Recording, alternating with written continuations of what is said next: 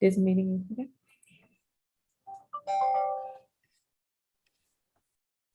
All right. Let's see. Let me go ahead and present. All right. Good morning. Good morning, everyone. Today we have our first Principals Lunch and Learn, and we will start out with introductions. I am Ms. Joy Antone, interim principal at David T. Howard Middle School. Good morning. I am Geraldine Harper. I am the 8th grade assistant principal at Howard Middle School. Hi, I'm Shonda Beatles, the business manager at David T. Howard Middle School.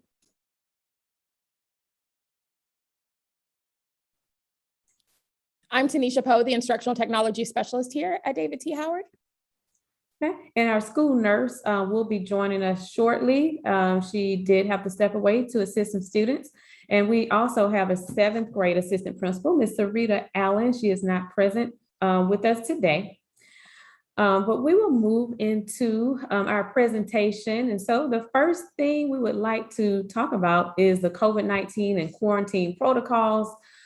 We have definitely had a lot going on this year when it comes to COVID-19 and quarantine protocols, as it has definitely not been a normal year with all that we're facing when it comes to COVID-19. And so at this time, Ms. Beatles will be talking to you about our procedures and what's going on with this area. If Nurse Kelly hops on, she will also be available to answer any questions and also to add to this conversation. So Ms. Beatles, would you like to go ahead and share? Sure. So in this pandemic, if students test positive for COVID, either we find out from the parents, or when we do surveillance testing, we find out from Viral Solutions. At that time, I have to go through a process of contact tracing. Who your student ate lunch with. Does your student wear a mask properly at all times? Has your student had their mask on for 15 or more minutes? For 15 or more minutes around any other students within 6 feet. At that time, we will quarantine students. There's also a process if there are 3 or more students in the same classroom who test positive, that are not related, that are not friends, that don't hang out. That entire class must be quarantined. And when you're quarantined, it's 10 days. After the 5th day, students can be tested negative. If they have a negative test, they can return to school on the 8th day. If the 8th day falls on the weekend, then they'll return that Monday. So you'll get a letter from either me or Nurse Kelly. And we also call every parent of students who are quarantined. If a child tests positive, we also must call the parent and student to get information about where the student ate.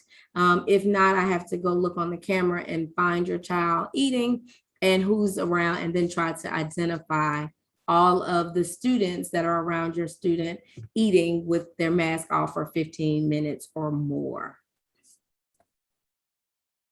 There's also, a quarantine quick sheet on the school website. If you have any questions, or if you need to contact me directly or Nurse Kelly directly, our numbers are 404-802-3211, or Nurse Kelly is 404-802-3212, and we can answer any COVID related questions that you may have. Thank you, Ms. Beatles. And then as we look at absences for non-COVID illnesses and then versus absences for school-based COVID quarantines, there is a difference. Do know that our students are going to get sick, outside of COVID-19, as we have had sickness and illness before COVID-19 occurred. And so that's a regular absence, excused absence, if there's a parent note or a doctor's note. In this case, the student would not be a part of the Zoom classes, but definitely can use the assignments that are posted in the Google Classroom to keep up with those assignments, and also in consulting with their teachers to make sure that they don't get behind as we have before COVID. So with any COVID or quarantine related absence, there is a special code, which is the code quarantine QRT, which is actually, it's equivalent to being present, and those students will have access to the Zoom classrooms. So do know it is a different code there, and we do try to make sure that those kids have access to the Zoom classrooms so that they can continue their work as much as possible while on quarantine, if they are up to it. If the child is sick and just cannot participate in the Zoom classes and, pulling that work from the Google Classroom, then we do let the teachers know to work with that child as much as possible to make sure that they can get caught up, upon their return, and just make every effort to make sure that we are working with that child to make sure that they're caught up with their work. We have had a lot of connectivity issues as it relates to Zoom, a lot of technical issues. Sometimes students have to authenticate their devices and their Zoom. And so we do have information in terms of how to authenticate on the quarantine quick sheet that is located on our school website under quick links. That is right on the side, on the right side of the website. But also we've had a lot of connectivity issues, regarding just the internet period. And I can let Ms. Poe talk to you a little bit about that. Coupled with sometimes the waiting rooms may be on, and we have talked with our staff about just taking the waiting rooms off. So there are multiple things that may be happening, if there are connectivity issues with Zoom. But we do ask that if you're having issues, if you're having problems, please reach out to your leadership team, whether it's the counselor or the dean or the assistant principal for that grade level, so we can work to make sure that your child has access, because it could be a number of things regarding connectivity issues. And Ms. Poe, do you have anything else to share about that? No, I think you covered everything. It's definitely a district thing and not a Howard thing, but they are working on it. And we hope to have a resolution in the next week or so. But yes, please be patient with your teachers. Also, if a teacher has to be relocated, sometimes each students will get on Zoom a minute or two early. And then when they see their teacher's not there, they get frustrated and they log off. But if the teacher's not there at the very beginning of class, just keep checking, because it could be an issue that's preventing them from logging on immediately as they should. Thank you, Ms. Poe. And then what happens if a teacher has to quarantine? What happens with substitutes? And I will tell you, it has been a challenge around the district in terms of securing substitutes for the number of absences we have, whether it's a small number or a large number of absences. Substitutes are definitely a challenge during this time of COVID-19. And so what we have been doing is trying to make sure that our students are always kept up to speed with live instruction. And so if we do have a teacher that has to quarantine, we make sure that they're able to Zoom into live instruction with a peer teacher. All of our teachers plan together weekly. And so we have devised a plan where they have already determined who their peer teacher would be. And in the event that a teacher has to quarantine, we know that we will have those students to log in with that teacher next door so that the instruction may continue. And we will have someone in the room with them, whether it's a sub or another staff member from the building. But once again, as Ms. Beatles mentioned, in terms of the quarantine quick sheet, please visit our school website. A lot of the questions that you ask can be addressed there. And if you have additional questions as it relates to quarantine and what can students do, what they have access to, whether it's absences and attendance, please reach out to us and ask those questions so that we can make sure that we give you the proper guidance. Okay. So Ms. Beatles, would you like to talk about mitigation strategies? Sure. One huge mitigation strategy is wearing a mask properly, covering the nose and mouth. And we do ask that parents help to reiterate this to students, because we do have several students who try to wear their mask below their nose, only covering their mouth. And it is a respiratory virus, and meaning that it can come in through the nose or mouth. And sometimes when a child tests positive and we ask about mask wearing and students wear their mask below their nose, they have to be quarantined because they have been exposed to a positive case. We do ask every student, every time we see them, pull your mask up, pull your mask up, pull your mask up. So we do ask that parents please help us in telling their students to wear their mask over their nose and mouth. We do have sanitizing stations in each classroom. As soon as students come into the classroom, they use a hand sanitizing station when they come in, as well as when they leave. We also have spray bottles with cleaner after each class for the students to wipe down their desks to make sure that we prevent or try to prevent the spread of the virus. Thank you, Ms. Beatles. Another thing that I just want to highlight is that we have some intentional routes for transitions and traveling to connections or to lunch, so that we can make sure that we don't have grades mixing and, you know, additional crowds or crowds that just don't have to be in terms of, you know, the hallways, so that we can minimize the number of students in the hallways and try to keep it at least minimized to one grade level that has to travel, as we do have several stairwells. So we're thinking about all of these things as we plan. For example, 7th grade may go down stairwell 5, while 6th grade is coming back from lunch or whatever the case, going up stairwell 2 and 3. So these are some things that we're just doing intentionally to make sure that we don't have so many students in the hallway as much as possible. And in terms of lockers, again, you know, locker access is based on the schedule. Students do have several times throughout the day where they can go to lockers. So it is important that when they go to lockers, that they place those things in there that they need to place in there according to their schedule and what they need upcoming for their classes. One thing about 6th grade schedule is that those students actually, they're on their hallway all day, except the very end of the day, those students travel to connections, which is on a different level. Connections is on the first level and 6th grade is on the second level of the building. And so students leave at the end of the day from the connections in 6th grade. And so students don't travel back to the second level when they're in connections. And so it will be important, you know, that anything that students need to leave in the locker at that time before they go down to connections, that they do that, so that they have what they need when they go home, or if there's something that needs to be left behind.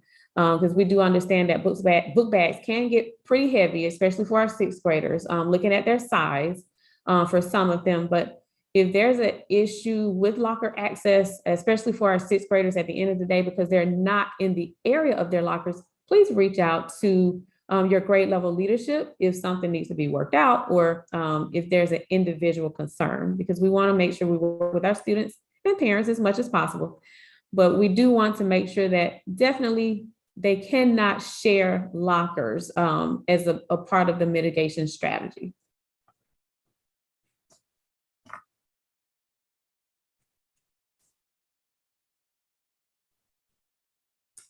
And so when it comes to surveillance testing takes place every Friday, beginning at 1 o'clock. The process for surveillance testing is very quick, is very easy. It only takes about 1 or 2 seconds and they're done. It's nothing like if you've gone for a PCR test or, you know, regular COVID-19 test at some of the places you may have been to, definitely different. And so we do encourage our students and hopefully parents, if you can encourage, we're encouraging you to have more of our students undergo surveillance testing And we are looking at ways to increase participation. I know we've had about 34-35% of our students, which has been around almost 389, 390 something students of our student population who's been consistently testing. But we are looking to see, find ways to increase participation in terms of surveillance testing, as it does give us quick results and letting us know what we need to do, and just in helping to keep all of our students and our staff safe. We have gone to mandatory staff testing for our district. And so that does take place on Tuesdays of every week, same time, 1 o'clock, and then towards the end of the day. And so this was our first week where we did mandatory staff testing. And so hopefully this will help us throughout the rest of the year as we try to keep everyone safe. All right. Hello, everyone. I'm Josephine Caproni. We'll talk a little bit about our universal screeners that we've been doing so far this year and that we have coming up shortly. So many of you are familiar with our MAP growth test. This is an assessment to see where students are performing in reading and math. And it is our measurement to help us assess growth over the school year. So there are 3 times that we administer that assessment. We have a fall window, which is closing on Monday. Monday is the last day for MAP for our fall window. And then we have a winter window and a spring window to get those finished. We are at about 95% completion as a school. That's great. We're almost at 100%. It has been challenging with many students being out for quarantine for, perhaps a week at a time. So we've had 2 full weeks of makeup testing. Basically all morning, every morning has been trying to catch those students that we've missed so we can ensure all students have that data from the beginning of the year. We do have a training with the district on the 15th, so next week, to help us to know how to look at the data that we've received. And that information will help us to make some decisions around scheduling, particularly around the intervention and enrichment time, that PMB schedule. So I know some of you have already reached out, finding out about whether your child may be moved to enrichment instead of intervention, or perhaps vice versa, if you feel like your child needs some additional support. The data from the MAP screener is what helps us to make those decisions. And so those schedules may change based on the results of the testing. We will also release parent reports once we've completed our window of testing. And so look out for those coming to you relatively soon.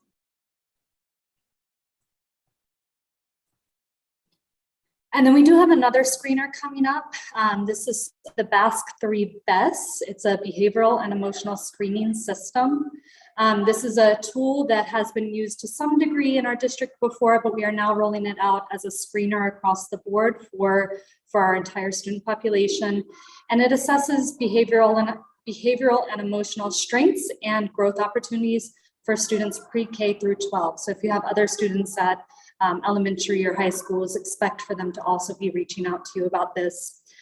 This is a screening assessment. It's not a diagnostic tool, even though there are some professionals who use it as a diagnostic assessment. That is not the purpose for us to be using it in school. It's really for us to identify where students may need support with regards to their behavior and emotional status. So we really make sure that they're getting that support that they need. Again, there are a couple of administration windows. We have a fall and winter administration. So the fall one is coming up. I think it's opening the week after next. We are sending out a letter that has more information about this.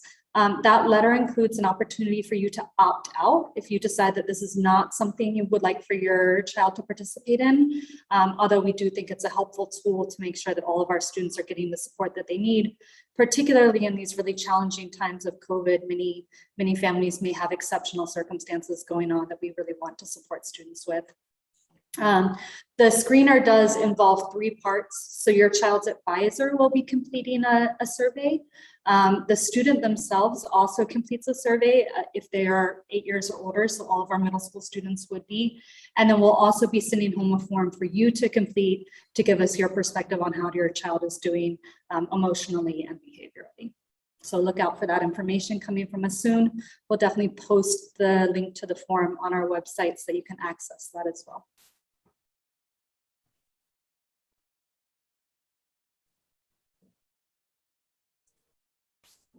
All right, good morning again. I'm just going to speak very briefly regarding our tutorials.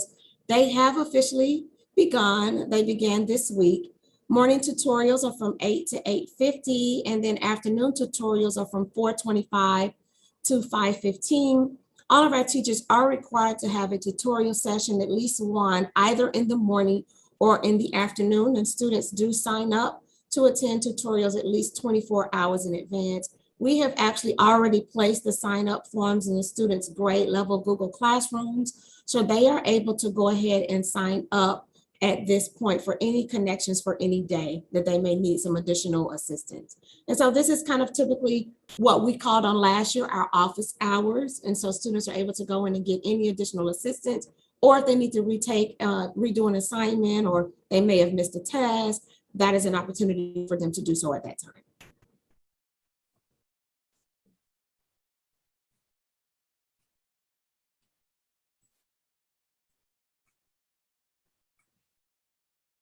Okay, and Ms. Poe will be talking to you about family engagement and parent university. Yes, please excuse me. We're at lunch duty, so I'm like doing both if it's extra loud. So we will have a to increase family engagement and help our families that need additional support. We will be offering a parent university. This will happen once a month. Traditionally, it will be on the fourth Thursday of the month, unless there's a conflict like Thanksgiving. So it won't be on the fourth Thursday that month. There is a sign up link on our school website. If you click on our website where we have our reminders and updates, the link is already there live. We welcome all of our families to attend. They won't all be handled by me. The first couple will discuss quarantine learning and supporting your students in a digital world. However, we will have other members of our staff offering topics as well. You'll know the topics 2 weeks in advance. And again, you can go on and you can post. There will be kind of a limit because Zoom limits the number of people that we can have per session. But if you can attend live, it will be recorded and uploaded to YouTube as well. And Ms. Poe, can you just kind of talk about what is that session like in terms of participation? Will it be a session where it's a Zoom and parents will view from YouTube, or what is that like? Thank you for the reminder. So if you sign up ahead of time, you will be emailed a Zoom link. So you can actually participate much like we are right now. Well, like the 6 of us are, where we're online. You'll be able to ask questions live. You don't have to type it into the YouTube chat. You'll be able to ask questions directly. It's definitely for someone who is ready to be engaged. However, if you have to work and you can't attend, you can go back and watch later. And if you notice that you have questions that weren't addressed, you can email me and we can work those problems out for you. Thank you, Ms. Poe.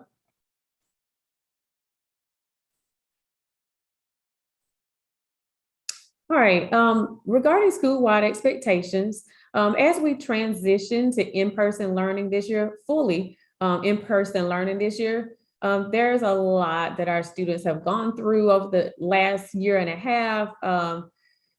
And as we look at that, we know that there are things that we do have to work with our students on in terms of what it's like to be back in person and just cooperating with adults, making sure that they are getting along with their peers, and just reacclimating students to the school setting. And so one way that we do that is by looking at PBIS, which is positive behavior interventions and supports, but also through social emotional learning, which is a part of what we do every week. When we look at PBIS, which includes our school-wide expectations, do know that we look at what we call the Big Five. We have a PBIS committee or team that meets once a month as we finish one full month of school.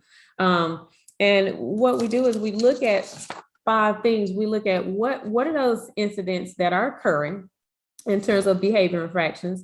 What are they? What are the most frequent ones? That's the first thing. We look at who are the students who had one or more referral in that month, because we want to know that we are able to see what's going on, number one. Number two, what are we doing with those students to provide interventions and supports to try to keep those things from reoccurring.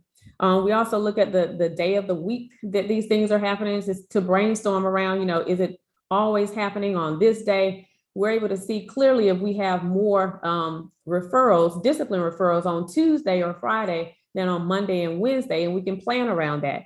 We look at not only the day of the week, but also the time of day that these incidents are occurring and location. And so as we brainstorm around those things, for example, we had a PBIS meeting this morning. We use that data, we use that information to make sure that we look at those areas and we plan accordingly so that we can reduce the number of incidents that occur in our building with our students and what's going on to make sure that our building is safe and we maintain a positive environment.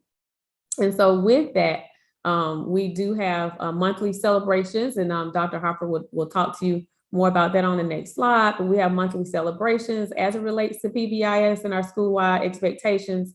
We also try to incorporate restorative practices, because if our students are having issues, especially if they are, let's say, if we have a fight, then we know that even if a student is suspended or whatever the case, the students have to return back to the building, and we still haven't resolved the issues. So our dean of students are trained on restorative practice sessions so that we can mediate and try to come to a point where we can move forward as students. We also, we use the APS Code of Conduct in terms of addressing discipline issues.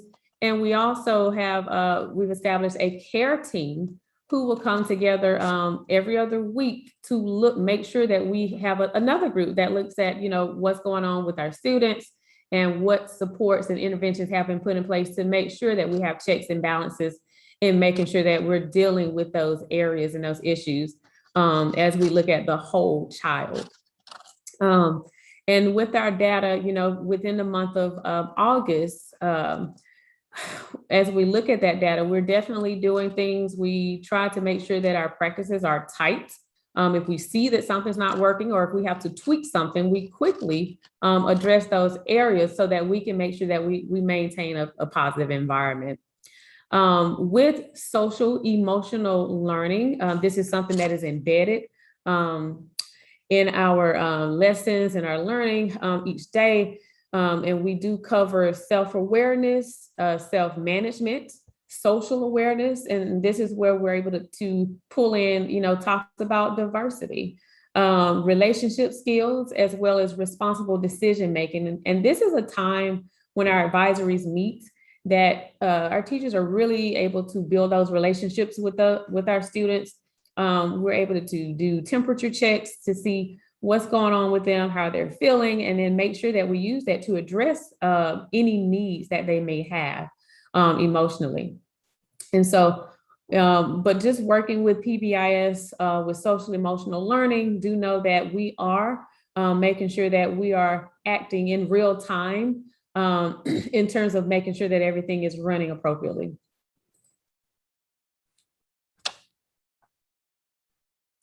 Thank you, Ms. Antone. So our first PBIS celebration is on Friday, September 24th. And so we will do monthly PBIS celebrations for students. And these will be to reward our students basically for meeting PBIS and behavior expectations. They will occur monthly, and students do have to meet a certain criteria. And I believe we have the criteria on the next slide. Okay, so in order to participate, students should not have received an ODR, and that's basically a behavior referral, not received a phone call home for any disciplinary issue.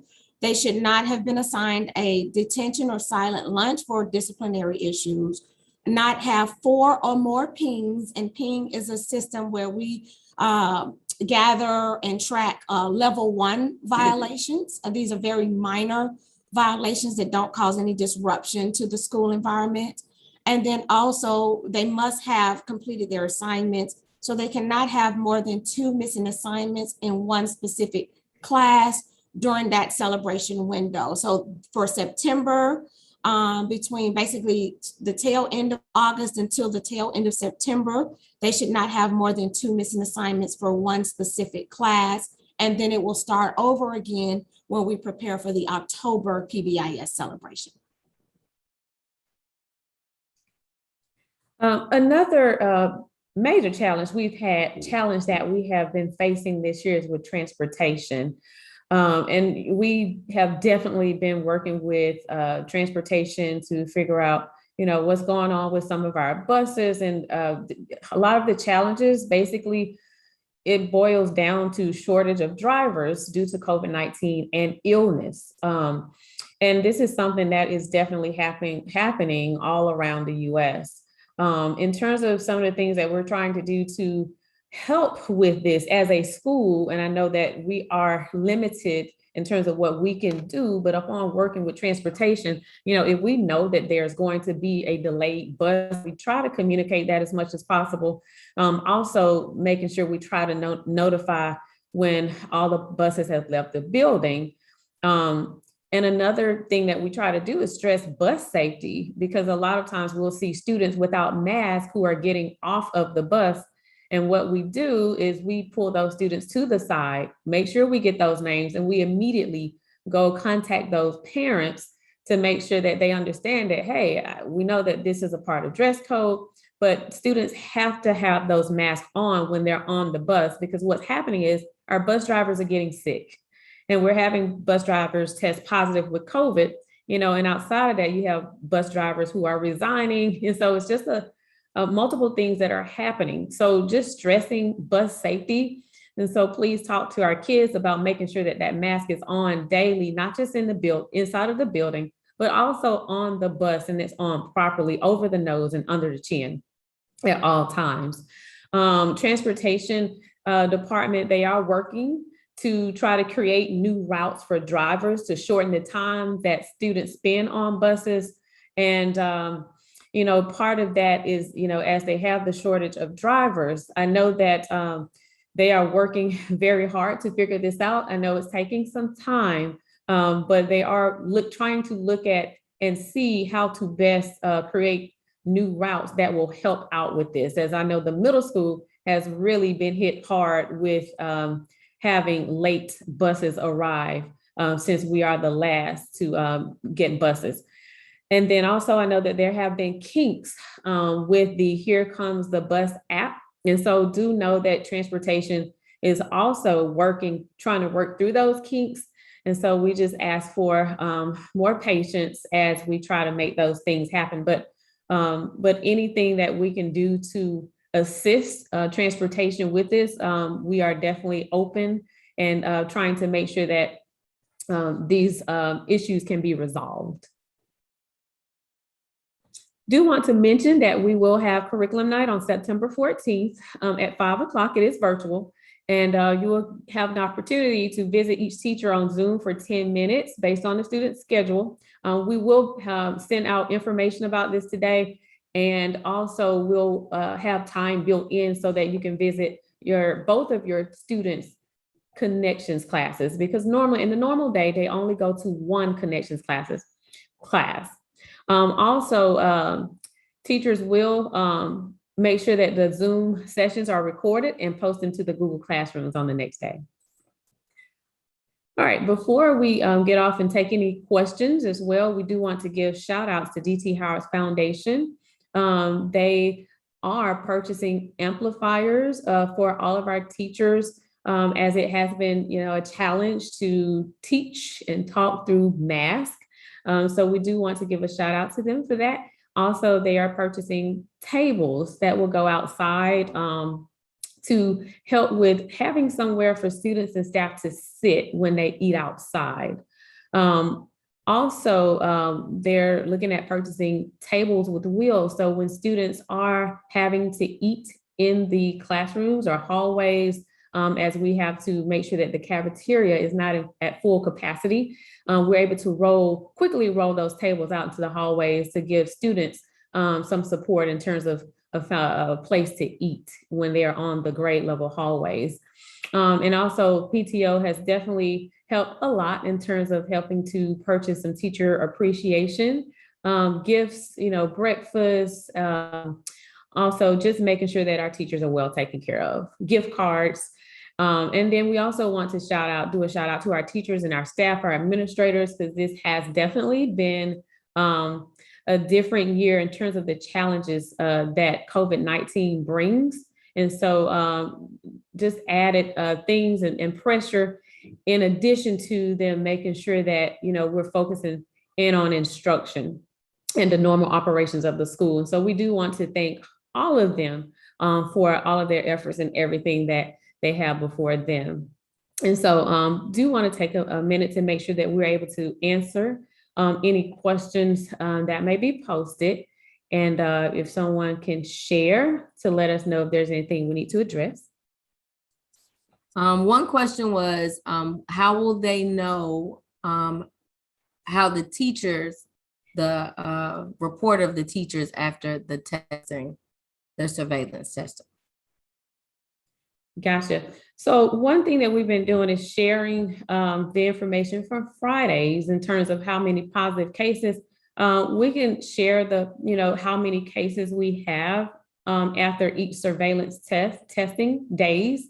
Of course, we won't be able to share any names or anything like that. But if there are students and staff who are impacted by that particular test day when we do the mandatory staff testing, students and staff will receive a letter as well to make sure that whether or not they were in close contact and there was no need to quarantine, or if they were in close contact and there's a need to quarantine. But we will share that information in terms of what our numbers look like.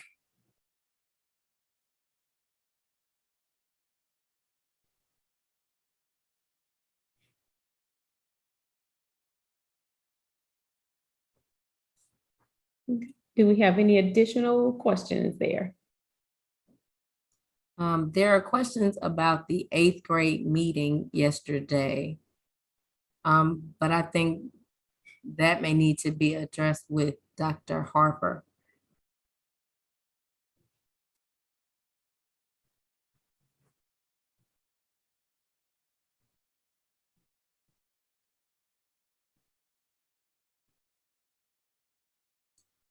There's a question about book bags and allowing students to carry book bags around the building.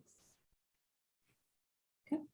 All right, in terms of book bags are not allowed to be carried around the building. Simply, it is a safety issue, and it's something that's always been in place as we do want to make sure that we look at safety and security. As things can be easily stashed away in a book bag. However, if there is a situation where a student has to carry something and the load may be heavy, a clear bag, if there's something that they just have to carry, I would recommend them having a clear bag. But book bags are stored away into lockers at the beginning of the day, and they normally retrieve those book bags at the end of the day so that students aren't walking around with bags as a part of the safety protocol.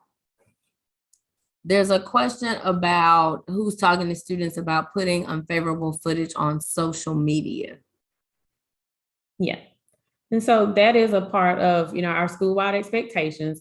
We do try to address all of those expectations, and we've recently sent out a letter to all of our families just to reemphasize those things.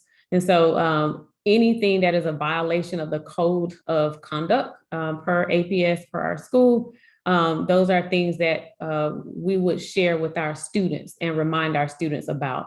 And, we do address those things according to the code of conduct for APS, which is located in the student's handbook. When do parents get the reports from the MAP results? So the deadline, and Ms. Caproni, you can also respond to this as well, but I know the deadline is September 24th, but we would definitely want to send it out before then. But once we go through the training in terms of the data analysis and pulling the various reports, we are devising a plan to get those things out as quickly as possible to our parents. And we do have a report called the student profile as well that we will have to share with parents. And Ms. Caproni, if you have any additional information with that, please share. No, that covers it. There is a family report that's sent home specifically for your information. Our goal is to be finished by tomorrow with all of the makeup testing for MAP. It has taken longer than we realized. This is our first administration, and we know that it will be definitely a benefit to our students as we analyze that data and make sure that we're accommodating our students based on their needs. There's a question that I need to answer about if your child is in close contact. We send the letters out. We actually physically give them to the students to give to parents. We don't send them through email.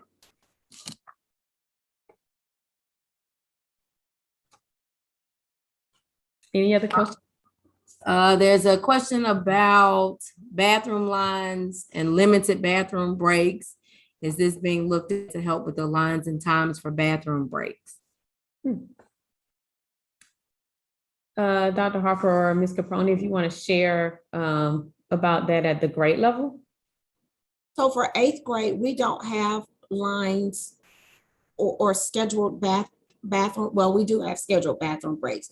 They use the restroom during their transition. One of the transitions is a restroom transition, including morning dismissal and then the lunchroom. But I've never seen a line to use the restroom because we don't take students to the restroom by class. But I will look to double check. In 6th grade, Ms. Caproni?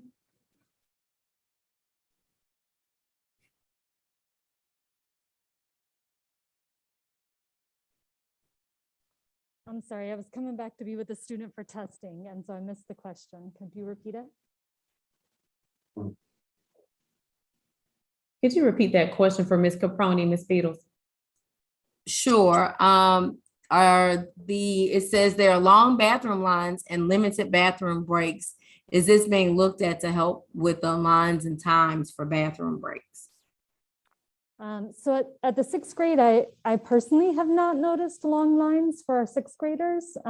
We do allow our students to use the bathroom during most transitions throughout the day. And then in addition to that, students are allowed to use the bathroom during class time, with the exception of being the first 10 minutes or the last 10 minutes of class, because that's really the times where students should be getting settled and making sure that they don't miss any follow-up steps that they need. In addition to that, during lunchtime, those students who are on the hall for brain break are encouraged to use the bathroom during that time. And those students who have lunch in the cafeteria, they do specifically call for students from all 14 to go take a bathroom break. And so we are encouraging our 6th graders to use the bathroom throughout the day. I personally haven't noticed long lines, but if your 6th grader is experiencing that, definitely let me know. And I do know that on the connections level, since all of the students are transitioning, we do try to make sure that the students on the connections level aren't using the restroom during the transitions, but they go to class first and then they're able to ask their teachers to release them to the restroom. And that is to minimize students in the restroom doing things that are undesirable behaviors, such as posting videos or doing things when they're horseplaying. And so, but they are allowed to go to the restroom. And I know a lot of the connections teachers will take the students to the restroom as well as a class. And so there are multiple opportunities throughout the day for restroom breaks. If there's a specific issue or something that needs to be brought to the attention of a grade level administrator so that we can look into that and address, please, we encourage you to do so. There's a question about fights at Howard that I think I can address. We have had very few fights here at Howard. A lot of the ones you see on social media are not happening at the school. And some of the ones on social media are not even Howard students or at Howard, period. So no, we do not have an issue with fights at Howard. If there is a fight, then we address it. We take on disciplinary matters and call the parents, but we have not had a big issue with fighting here at Howard.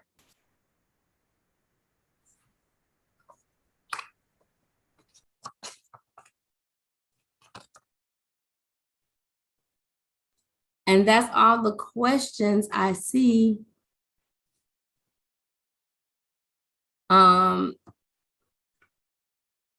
That's all. I see a question, but I'll have Dr. Harper to reach out to 8th grade parents. Thank you. And I will just, I was able to pull the data, that last question that you addressed, Ms. Beatles, I was able to pull the data in terms of our incidents. So we've had about 17 incidents since the beginning of the school year. And, you know, out of our almost 1,200 students, a very small number of students have received discipline referrals. And of those 17 incidents, we have had between four to 5 altercations. And so with those, sometimes it includes the same student. And each time we work to make sure that we're addressing it, first of all, number one, properly, but that we're also following up with other practices to make sure that we can figure out the root cause of what's going on and to make sure that there's mediation occurring and giving students other avenues instead of fighting. And so we do want to say that, you know, it's unfortunate that a very small number of students could cause such a, you know, a disruption in terms of thinking that we have so many students at our school fighting. And so we do want to recognize all of our students who have come to school daily to do exactly what they're supposed to do. And we will continue to encourage them as we practice PBIS and recognizing those students monthly for what they do and what they do well. And also continue to address any students who have violated the code of conduct as we look at the whole child, you know, addressing it in terms of the code of conduct, but also digging in and looking at root causes to see what the supports are needed. So if we do not have any other questions, I do encourage you to reach out to us to let us know if you have any questions or concerns or anything you would like to share. But we do appreciate your attendance today, and thank you for your continued support every day. So thank you. And this concludes our first Principals Lunch and Learn. And you